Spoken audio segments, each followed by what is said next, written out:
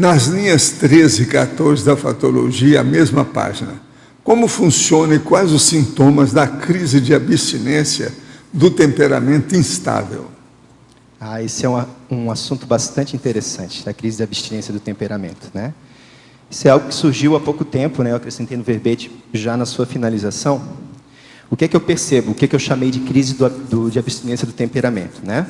É o efeito do conflito que advém do processo de você começar a abrir mão da sua maneira de ser, né?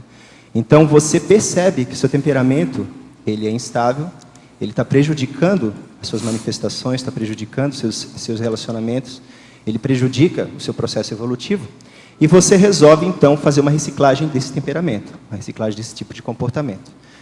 Só que na hora que você faz essa decisão, o que acontece? Significa uma ruptura com vários grupos, né? Com várias pessoas, né? Grupos intra e extrafísicos, com hábitos arraigados, que você tem um ganho secundário com esses hábitos, porém já não são mais próprios para o seu nível evolutivo atual, ou pelo momento em que você está vivendo.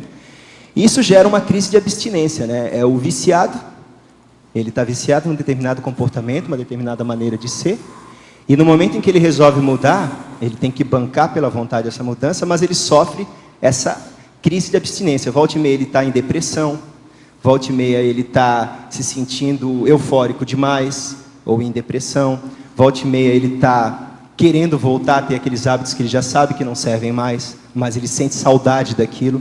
Então isso é a crise de abstinência de um temperamento instável que você já não quer mais, mas você ainda está no processo de transição, né? Seria isso.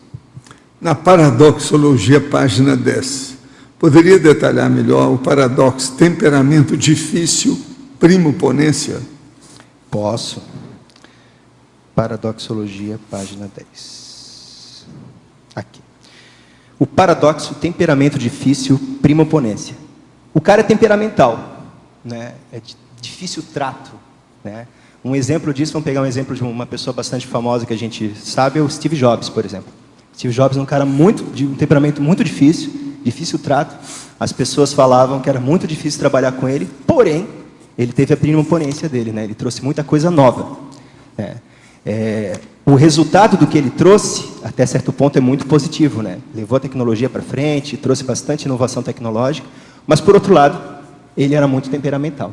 Então, esse é o paradoxo do cara que, às vezes, ele precisa ter um temperamento difícil, às vezes, para bancar algumas ideias, né?